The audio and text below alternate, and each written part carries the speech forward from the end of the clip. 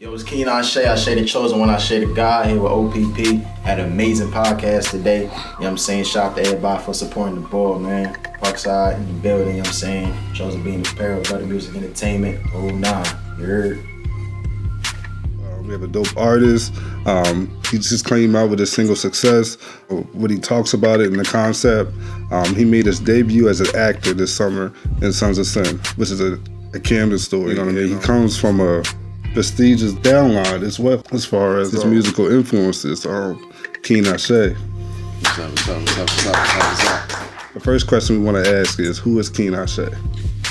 Kean ASE is a young man who is a songwriter, a poet, producer, engineer, a creative person, someone who sees the world differently, put his perspective in his raps. Like I even have an acronym for rap. I call it reality and perspective. So everybody has a reality, but even though we all live in the same reality, we all got different perspectives. So I scoot away, I play the same big dog in the yard. I don't talk, big dog in the yard. You right now about this cheat suit. You can listen to the story. So, we do a lot of things for celebrity boxing. Right. And photography events. We cover a boxer, Sherrod Dunlap. I don't know if you know him. Mm-hmm. So it's this one chick, Alana. Alana, we cool people, but I'm gonna dish you right now. So Alana is like she covers media, handles all the media people for celebrity boxing. Right. Like she's nice, but she's a straight asshole at the same time. And I'm be honest, like she just be barking.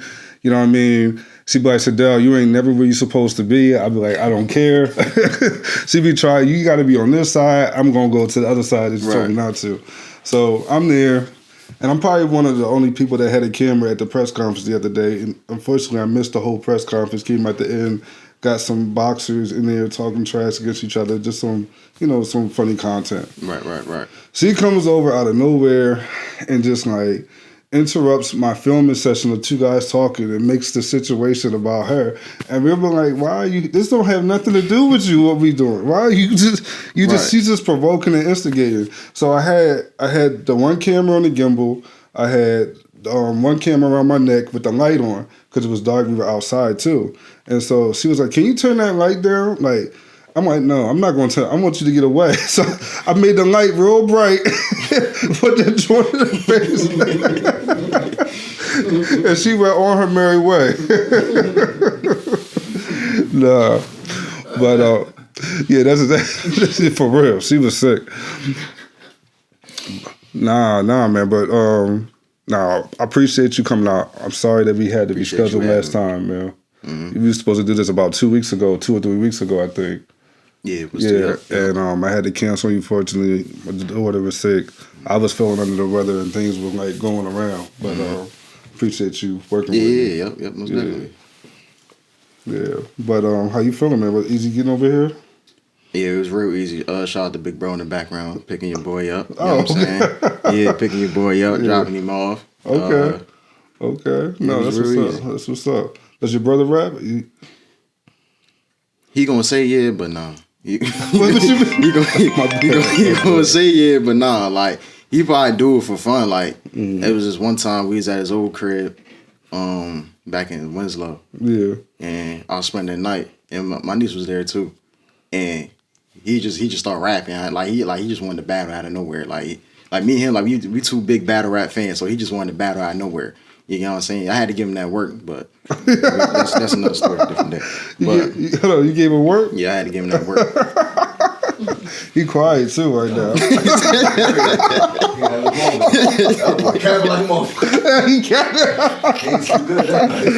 I slept amazing. That's what's up. No, that's what's up. That's a funny backstory. Listen, we want to introduce our guest, but before we do that, we want to welcome Opposing Perspective Podcast. I'm your host, Sadell. You can find us on social media, YouTube, Facebook, TikTok, and IG. Just make sure you hit that like and subscribe.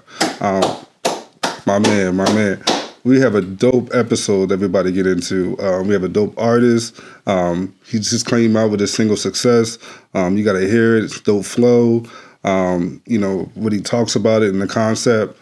He made his debut as an actor this summer in Sons of Sin, which is a Camden story, and you know what I mean. He comes from a prestigious downline as well, as far as his musical influences.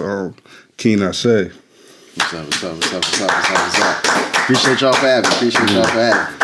Appreciate you, man. You know, coming out here and reaching out to us, man. Most definitely. Most definitely. No, I thank you. I can't wait till we start talking about your movie and how you got into that and everything. But the first question we want to ask is, who is Kean ASE? Kean ASE is a young man who is a songwriter, a poet, producer, engineer, a creative person, someone who sees the world differently and put his perspective in his raps. You know what I'm saying? So like I even have an acronym for rap. I call it reality and perspective. You know what I'm saying? So everybody has a reality, but even though we all live in the same reality, we all got different perspectives. So I just put my own perspective in my raps. Okay. No, that's real. So given that, I gotta ask, you know, how did you get into hip hop? How did you get in actually taking music serious and wanting to really just push? How I get into hip hop it's like I can't give you an exact moment because it's like hip hop been all my life, but I can give you like a key moment where it was my mom's ex-boyfriend was a rapper in the city. I forgot his name, but he was a rapper in the city. He used to rap with Visionary, Young Papa and them dad back in the day. And oh, okay. And I remember he had like all these mixtapes and CDs. With Sean, yeah. Yeah. We had him on. Yeah, he had all like these mixtapes and CDs. And I remember I used to see him, I used to play him, like the CDs were stacked up on a computer desk and all that. He used to burn the CDs on a little PC we had back in the day. And I remember I used to like just sit there and watch him. And I remember one time when I lived on 7th and Berkeley, it was a cipher that was going on in the corner. Okay. And that was my first time really seeing a rap cipher. And I was fascinated ever since.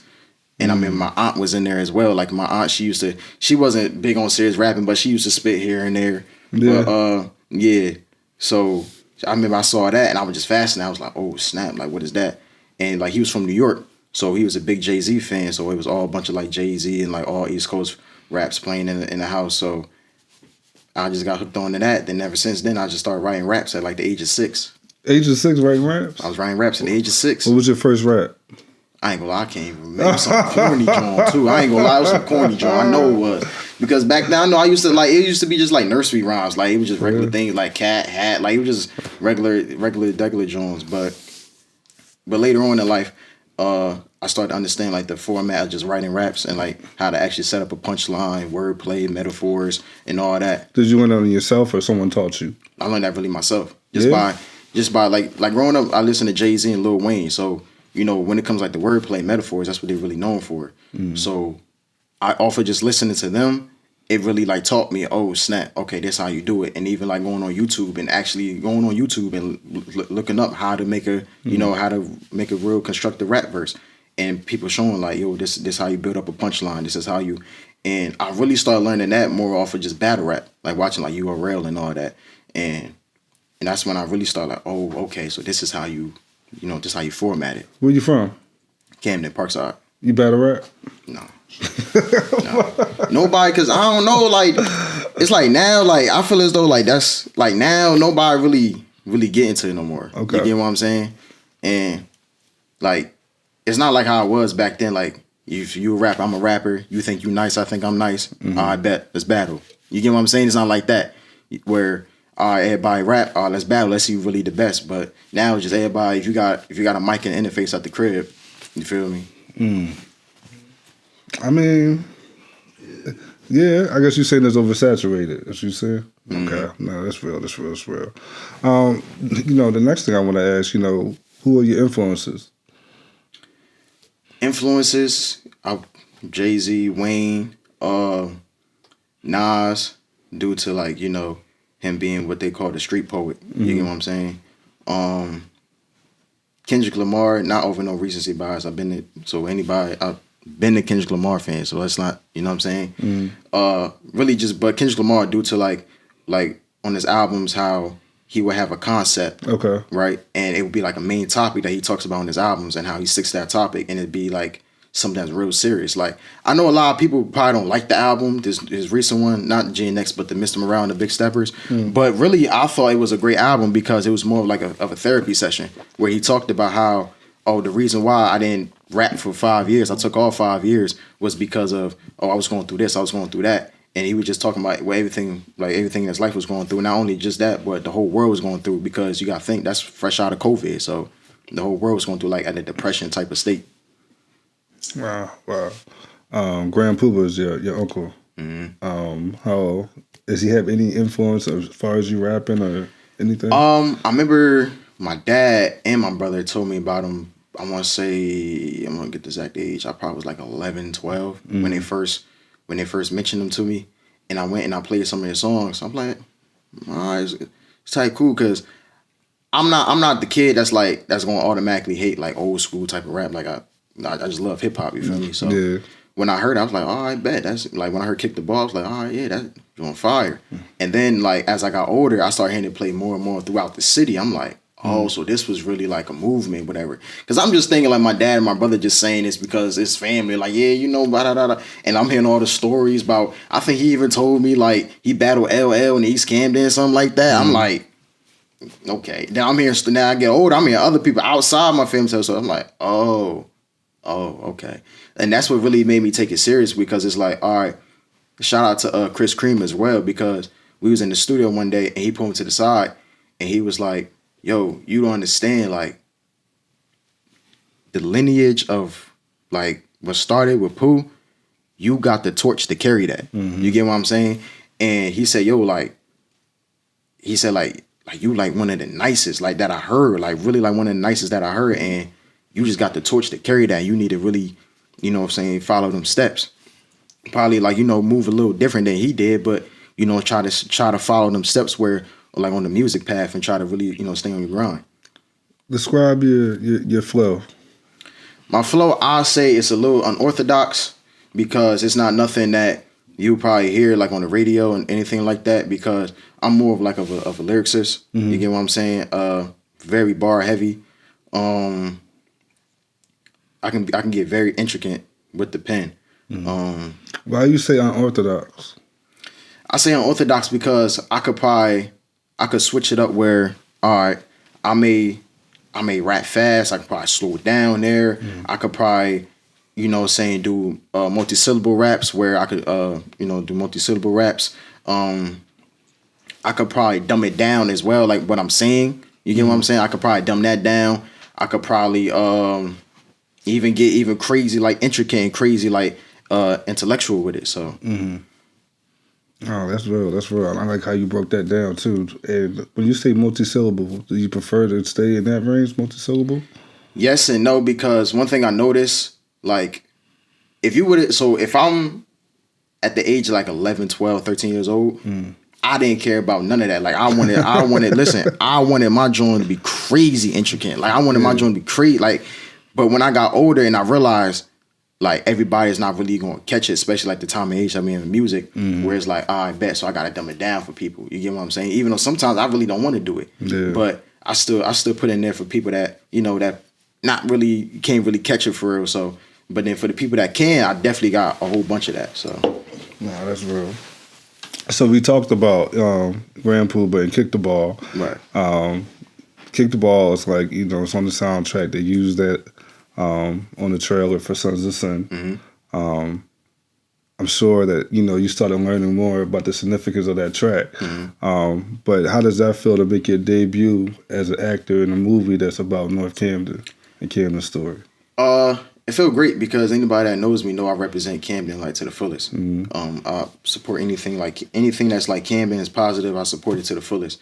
So when I was part of a movie that's about like a Camden story, and it's truly about a Camden story, I just felt great about it, you know. And it's like I don't know if you understand the significance, like to be part of a first wave movement of a string of movies. You know what I mean? Like that's huge. Yeah, because I remember I was in the studio with Chris Cream with the whole Supreme Cinema. Shout out to them as well. I remember they had like a whiteboard of like all like the movies they was working on. Sons of Sin was on there. There's a whole bunch of other movies. Dreams of Reality was on there as well that they just released not that long ago. And I was looking, I was like, yo, they really be working. Like I'm talking about they really be working. Like forget 24/7. They there like 30, 50. You feel me? Like they there every day working. So shout out to them, man. And off of just being around people like that work hard, especially having the passion of what they do, it makes me work harder. Like it been times where they was in there, I'm like, bet, you know what? 7 days, I'm in here for 12 hours. Bet, come on. 12 hours working on my music, working on beats, working on whatever. You feel what I'm saying? So shout out to them. Nah, that's what's up. You know, your character made us hate Keno. I told Keno this over the phone. I was like, when we first met Keno, we was like, I couldn't believe how nice he actually was and welcoming. It was like I was a little hesitant to even really go near him or even ask him anything. We actually got him coming on the pod too. We actually gonna have Slick host and interview them on OPP. That's gonna be him and OG Cass. Okay. Yeah. What was your experience like being on set though? No, just acting. It was something new. Did you take acting classes? No. Okay. So let me get a rundown how this went. So I'm at the crib chilling, minding my business, chilling, watching TV, probably doing some music, regular. Chris Cream called me. Yo, Neff, what you doing? I said, no, I'm at the crib chilling. What's up? Yo, you trying to be in the movie? Yeah. When y'all need me? Shoot, I need you right now. I said, all right. I said, right? Yeah. He said, shoot, I need you, bro. I need you right now. I said, I'm at the crib. I don't really got a ride over there. He said, I come pick you up. Bet. So he came pick me up. And we get in the car and he explained to me all right, about what the scene is and all that. So off the rip, he said, yo, I ain't gonna lie to you. You ready to get shot. So like he ain't build up or nothing. He said, yo, I ain't gonna lie, you ready to get shot. Huh? So he said, yeah, that's the scene. Like you basically you get shot in this scene. I'm like, oh, all right, okay. But originally though, I wasn't supposed to play as Ant. Shout out to Rob. He do music with Soul Child and them. Yeah. And he was originally supposed to be Ant. Oh. But the thing was, Ant was a 15-year-old in the movie. I think so. Yeah, he was described as a 15-year-old, and he just ain't looked the part as a 50. He just ain't looked 15. Yeah. So they try to get someone as young as possible, and that's when they thought about it. It was like, yo, what's up with the boy Kean? He said, I bet. And that's when Chris called me, and so he came pick me up. We went all the way down. I want to say we went to downtown. We went downtown to shoot the scene. I'm near Puerto Rich, and I ain't never really acted a day in my life. I probably did one joint in school maybe. I remember back like in 8th grade, I had like an acting class in middle school. Oh, you did? Okay. Yeah, it was like theater acting class. So I remember that, but that's the only thing close to acting classes I took out of my whole life. So I'm sitting there, I'm like, all right, bet. So he gave me the script, and he basically described me like what's supposed to happen. So I'm like, all right, bet. So we did it the first time. Originally, it wasn't going to be a camera in the car. So if you remember in the scene, it's a camera in the car. That's basically what's going on in the car. Mm-hmm. I must have fake died so well. They said, yo, we need to get a camera in the car. So they came in the car with the camera and they got everything, right? So now even crazier story that day. So if you remember in that scene, we went to Virtual over there on Mount Ephraim. Yeah. They were supposed to call the hospital and let them know, like, yo, ahead of time, yo, this is what the scene is, let them know. They never called. We get there. So, mind you, Puerto Rich driving the car. Yeah. We get there. He driving. So, I'm still in the car, fake dying. We pull up in the parking lot, right in front of the emergency door. He come out the car, just like they in the scene. Come out the car, shut the door, come get me out, drag me out the car. And now I'm fake dying on the ground. They thought I really got shot and was dying. Shout out to the virtual doctors for being on point, because y'all need to get raised because y'all was on point with it. So they bringing out stretchers and all that. It's like 10, 15, 20 doctors coming out, rushing out. Chris Cream come out, walking from the parking lot, was telling them like, no. I'm making it worse because I'm still in acting. So I'm making it worse. So then I turn around and I'm like, oh nah, they think this is real. This ain't a drill. Like this is real to them. So I get up, I'm like, oh nah. You feel me? I'm trying to calm it down. They all looking confused and all that. We like, oh snap. So and we were supposed to, that's why also in the movie, you only see this scene where he takes him out the car, he get back in the car and drives out. Because it was supposed to be another outside scene of where y'all actually see me on the ground. So because of that, we didn't get the outside scene. So I get up, get back in the car, and Puerto Rich in the car talking to him like, nah, we just acting, trying, calm the situation down. And then I'm guessing one security guards was like, word, put our pen in the pad. They taking out cards. Yeah, they taking out tags. Peel off. Puerto Rich peeled off. He peeled off. So we gone. Yo, we was dying laughing from there. Like the next hour, yo, we was crying. Man. Yeah, that was the first day of me acting. He called me the next. He said, "Yo, we gonna need you again." I said, "Bet." I said, "That's gonna be it. I'm here anytime y'all need me." Like that joint was crazy. So Cream's a different. Nah, yeah, he a different bull. I ain't gonna lie, he a different bull. He like in his 40s, but he really like 25. Like he a different bull.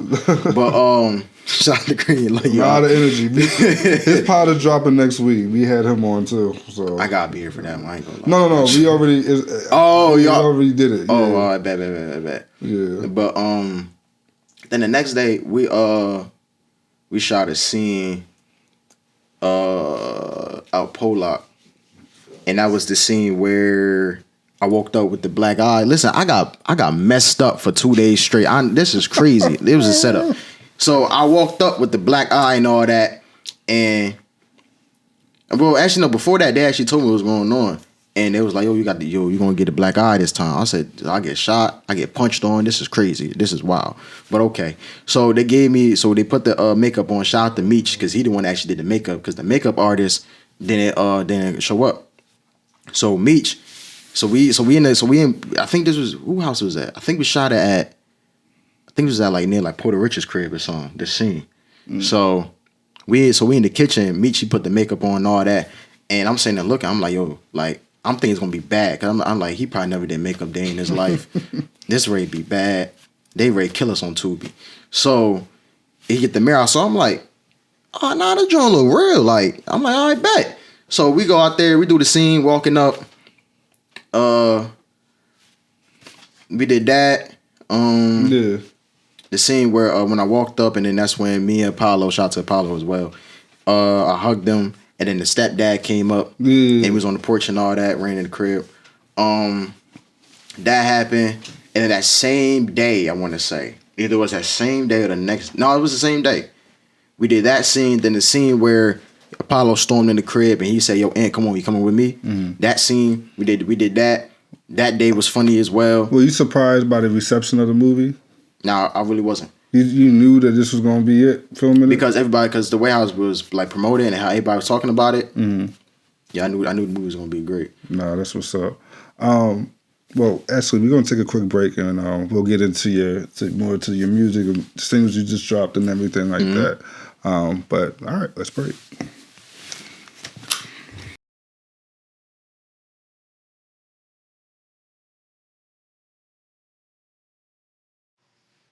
What up? This your boy Khaled. What I need y'all to do right now, I need y'all to run over to Amazon Prime and get that SOS, Sons of Sins. It's the hottest thing out in the streets right now.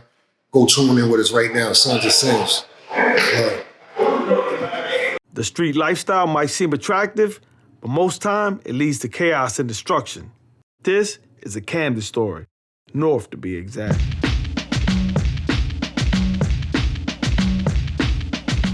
I've been talking to Big Shot. He gonna furnish whatever we buy. They got the best coke out right now.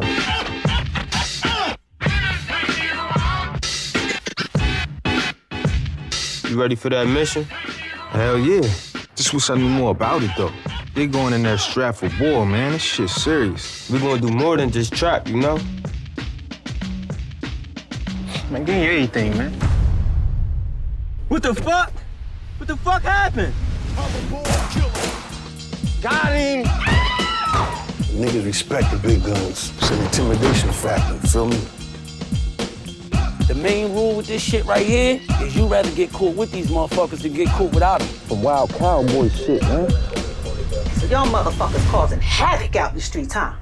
Look, man, Taino sent us. You know, to see if you want to get down with this thing of ours. Why Taino didn't come, man? We 20 years in. Should make it happen, man. Fuck them Camden niggas, you know? You know, it's always a green light. Hey, listen, man, we got something on line for you, man. You up for it? Who it is? All your friends is dead. What, you trying to be the next one? I done came a long way from being broke. Just to know these streets ain't never give us hope. Thank God I was born with the hustle in me. Stay solid through the shit that broke the mother niggas.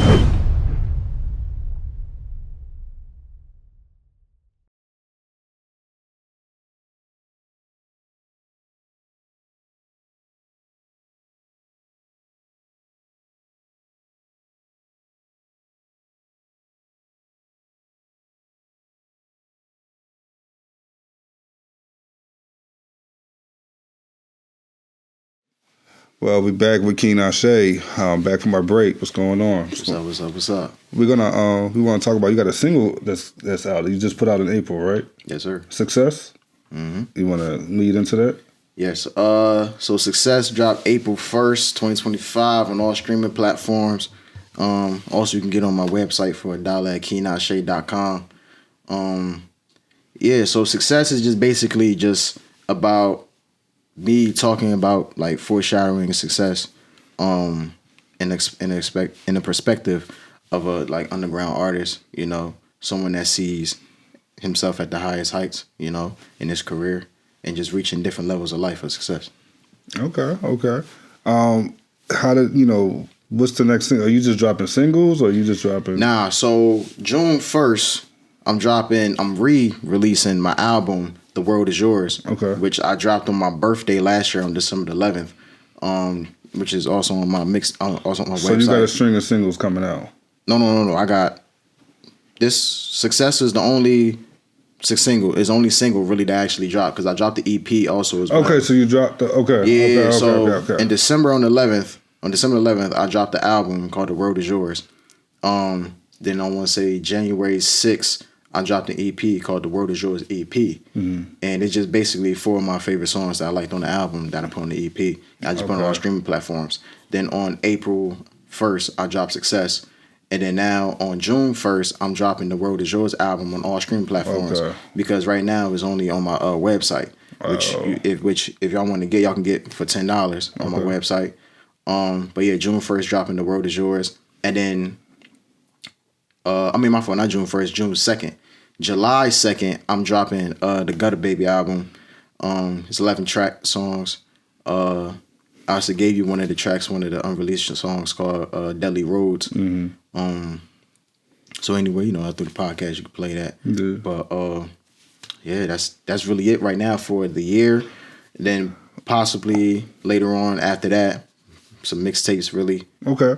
What I like about Success is, you talk about success, forward, what you want. Right. Like you already speaking it to existence. Right.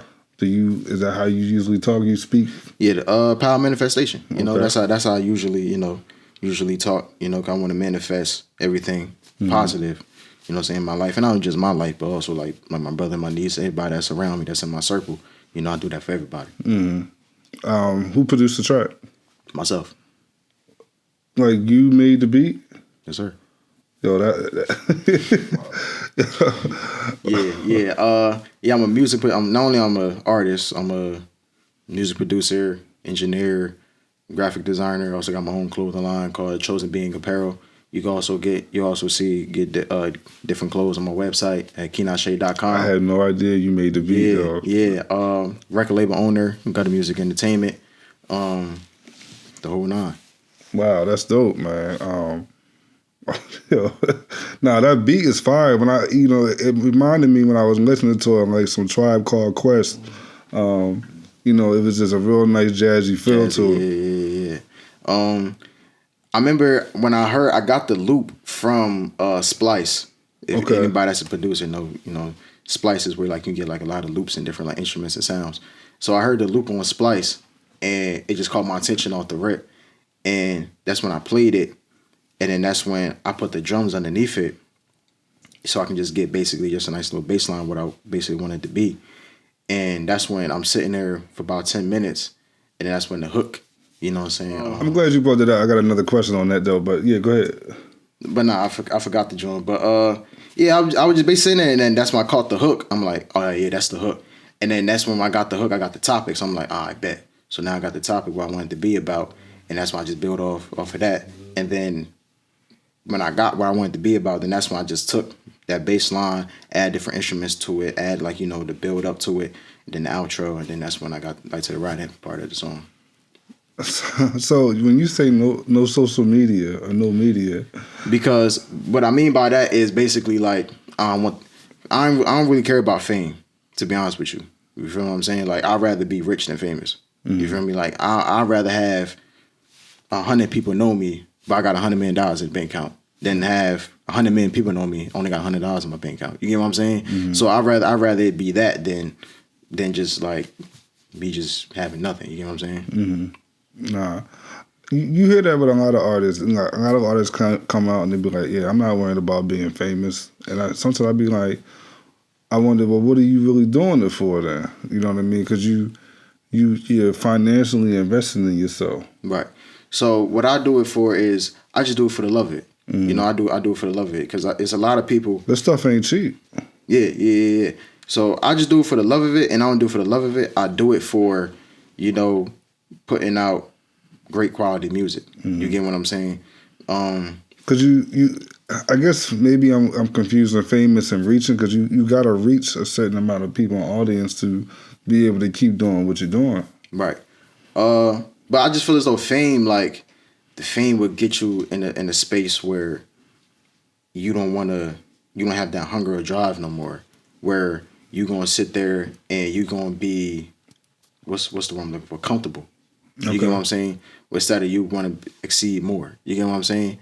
So that's why when I said I don't want the fame, like I don't want the fame where I'm famous and not rich, and also I'm famous, I'm just comfortable with just having the fame and doing all the extra stuff. Because it's a lot of people that we know that's famous, but they got that's broke. That's true. What keeps you motivated? Everyday life. Everyday life keeps me motivated, because stuff like we see, especially living in Camden, born raised in Camden, seeing certain situations that people go through every day, it motivates me to get out of that environment, and later on in life when I start my own family, not have them in that environment, have them, my next generation of my family not in that environment. You get what I'm saying? Mm-hmm. So that's what motivates me. That's real. The next thing I want to ask y'all, give me your top 5 MCs. Right now, all the time. Or you want to do both? Let's go right now. Right now, I say, off of the year he's having, you got to put Kendrick in there. Like, you got to put Kendrick in there off the year he's having. Number 1? Yeah, number 1. Benny the Butcher. You know what I'm saying? Big Griselda fan. Benny the Butcher. I do a lot of underground people like Rome Streets. I don't know if y'all know him, but Rome Streets as well. I'm not sure. He also part of the Griselda camp. Mm-hmm. I say Boss Man D-Lo. Yeah, right now. We talking about right now? Like, we talking about right now. Like, Boss Man, like, right now, like, especially early 2025, going into 2024, like, man. He was, gotta give him his credit. Go ahead. I also put Conway the Machine in there. Because I also put Conway in there. Now, it's only like, it's really like three Griselda people that's like really fired in me. That's like right now that's doing their business. Griselda's killing it right now. Yeah. For years. For me, they've been killing it for the past 5 years. It just ain't really been getting the exposure. It's on now, yeah. All time. All time?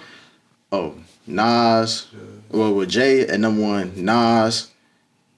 You gotta show respect to Rakim. I don't care what nobody say. He gotta be in there by top 5. I don't care what nobody say. If it wasn't for him, we wouldn't. The way how we rap now, it came. He the originator, so you gotta show respect to the originator. Wayne and Jadakiss. Top 5 females right now. Right now, Doechii. You don't like Doechii? I'm just saying. I'm not a killer. Just don't push me. Okay, Doechii. I'm not. I'm not a huge fan, me personally. Okay. I don't know, and that's just me. Okay. Doechii, Rhapsody. I love Rhapsody. Glorilla's killing it right now. I don't care if nobody says she's killing it right now. This year, I even say, I don't know if I know Rico Nasty. Can I ever heard Rico Nasty? And I say, but you putting people on though, so yeah. Shout out to Rico Nasty. Y'all know Rico Nasty that she fired. I say her, and I also would say, I throw Lotto in there because she had a good decent year. I throw Lotto in there as well. Top 5 females all time. Lauryn Hill, Queen Latifah, Lil' Kim, Foxy Brown, and I feel like you gotta put Nicki in there. Nicki gotta be a top 5. You gotta put Nicki in there. You don't put Missy Elliott in there? It depends on who you ask. Depends on who you ask. So listen. There was a debate. She'd be an honorable mention, but it depends on who you ask. And and everybody who puts Missy in their top 5, I don't disagree. There was a debate on Facebook recently. It's either T Black or I think T Black put it off there. The Mount Rushmore for female. The Mount Rushmore. I ain't see it. And it had Queen Latifah. Okay. Lauryn Hill. Okay. I can't remember the other 2. But it did not have Missy Elliott in there. Okay. And some people, I'm sorry. It had Missy Elliott in there. It did not have Lauryn Hill in there. And somebody said, you gotta take Lauryn Hill. You gotta take Missy out. Over Lauryn? I'm like, yes. I'll say so. I feel that Lauryn Hill has to be in the female top 5, top 3. I love Lauryn Hill. But it's almost like, the Fugees, one album and then done. I was ready to say, yeah. And that one, as impactful as that album was, I mean... Then you got Miseducation. That's what I'm saying. That's the one album after the Fugees. Yeah, I get what you're saying. So, okay. So, if somebody has Andre 3000 in their top 5, do we do the same for him? Because he has no albums, except for that one with the flute.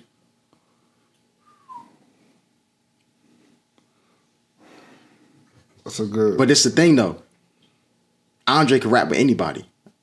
Yeah. Anybody. Yeah. Yeah. I like Missy, yo. But Missy ain't got the bars that Lauren do. Nah. If we going off of rapping, like just rapping, that my top 5 females change. Yeah. Because if we going off of rapping, you gotta put Remy Ma in there. You have to put Remy Ma in there. We talking about rapping.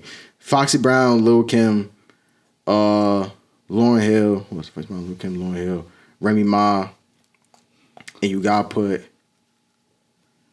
I think you still keep Nicki in there. I think Nicki can still. No, Nicki's doing her thing. I don't know. Nicki doing her MC thing. Light, maybe? I don't know. MC Light, maybe? I don't know. I mean, I wasn't really that much big of MC Light fan. Like, all right, let's move on. Top 5 R&B groups. R&B groups? Male R&B groups. Are we gonna be saying forever? Top 5 right now. R&B groups right now. All time. Because there's really no R&B groups right now. All time. Jodeci, Boys and Men, New Edition.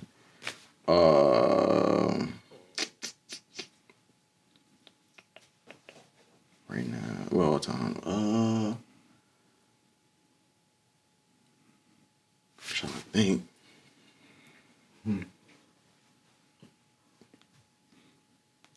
That's the really only thing I could think of for. No Jagganaires, no 112. Silk. Yeah, oh Silk. yeah, 112. H-Town, not really a lot of rappers, but. Okay, yeah, 112. I don't know why for some reason I don't know why I had got 112 confused with Jodeci though. That's the crazy thing. Oh man. Yeah. You gotta remember he only 20, y'all. He only 20. Yeah, I'm only 20. Yeah, don't kill me, yo. Don't kill me.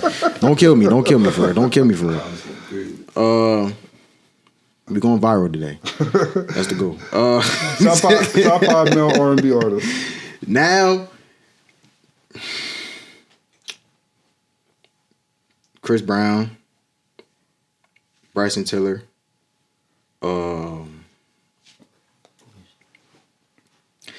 I wouldn't consider him now because he's like, but can you still put Usher in there? Can you still, because like, even though like, but I'm just saying though, like, can you really do it? Why you say that? Because like, all time, okay. But like right now, Probably even though not. he still do make music and all that, but like right now, Probably not right now, but he got some hits from like 2010 to right now. He got some hits. You didn't even say October London. Like you want Usher? Hold on, I was gonna get there. He was my next one. Yeah, October London. And I say who the bull? The Weeknd.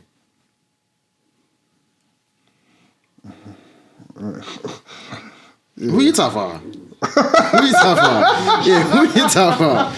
Who you top five? Yo, I asked the question, yo. The Weeknd, I just can't get with the Weeknd. All right, so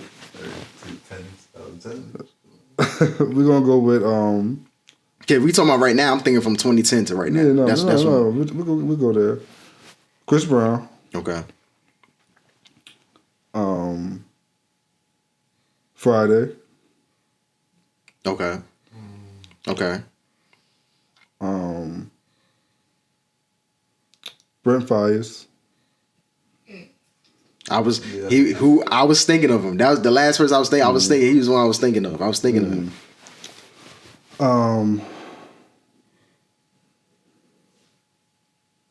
I can't put Bruno in there. Can I put Bruno in his R&B? It was so crazy. I wasn't thinking about Bruno, but I like Bruno. But it's the thing. Okay, hold on. Wait. I'm glad you said this. I'm glad you said that. It's a Mount Rushmore of top R&B artists of all time. Michael Jackson's in there. Does Michael Jackson deserve to be an R&B artist? Most definitely. Rhythm and blues, absolutely. Most definitely. You think so? Rhythm and blues, absolutely. So he's not pop. Off the wall. Earlier, the later days might be. Because let's be real. Okay, Thriller. I think Thriller is pop. I don't count Thriller as R&B. Mm-hmm. I count Thriller as a pop album. Off the Wall. Okay, we count that as R&B. Dangerous. That's. I don't even see now. The thing about he just the artist, bro. You can't really even put him like. Yeah, he just the artist. Like besides like hip hop. Like hip hop, country, really the only ones. Cause I think he even he has a rock and roll song. I think he do. Who? Michael Jackson. I think. Yeah, definitely does. What? I think. Right. It's the Black or White. Right. That would be considered because from like the like Dirty Diana. Okay. Yeah. So see, what I be saying like. Cause I was having that conversation with my mom. Because I just saw it where it was like Chris Brown, Usher, Michael Jackson, and R. Kelly on the Mount Rushmore. Yeah. Go your all time. Yeah, like all time. It's that same list. Chris Brown. All time. R&B. Yeah. Chris Brown, R. Kelly is definitely on there. Yeah. Even though what he did, R.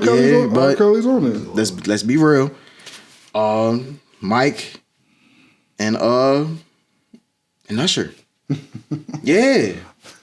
And Usher. Maybe you could probably switch it to Usher. Yeah. Okay. Well, listen, that was pretty fun, man. It was debatable. I ain't never had nobody ask me my top 5, man. I actually had to think real quick, too, yo. I was like, oh, hold on. I kind of went blank for a second, yo. Now I see how it feels for y'all. No, this step in my world. This was dope, man. Before we wrap up, any last minute statements or shout outs you want to give? Yeah, I want to give a whole shout out to the whole Gutter family. You know what I'm saying? All the Gutter babies out there. Love y'all. Appreciate y'all. Shout out to my brother DJ, my niece Nala for pulling up, and supporting. Shout out to my Supreme Cinema for putting me on Sons of Sin. Shout out to the Opposing Perspectives podcast for having me. Appreciate you. I also want to give a big shout out to myself for the hard work, you know what I'm saying, where I'm at right now and where I'm going to be at. And I also want to promote, like I said, I got a clothing line called Chosen Being Apparel. You can go on www.keanashe.com. You can click Chosen Being Apparel, get all different clothes, sweatsuits, shirts, shorts. We got socks. We got a whole lot of different clothes coming out soon. Also, you can download music over there. Singles are for $1, mixtapes $5, albums $10. You feel what I'm saying? Appreciate everybody. Oh, no, that was dope. We appreciate you as well. Well, listen, that was a dope episode. That closes out Opposing Perspectives. I'm your host, Dell. You can find us on Facebook, YouTube, IG, and TikTok. Make sure you like and subscribe. Miss a movie.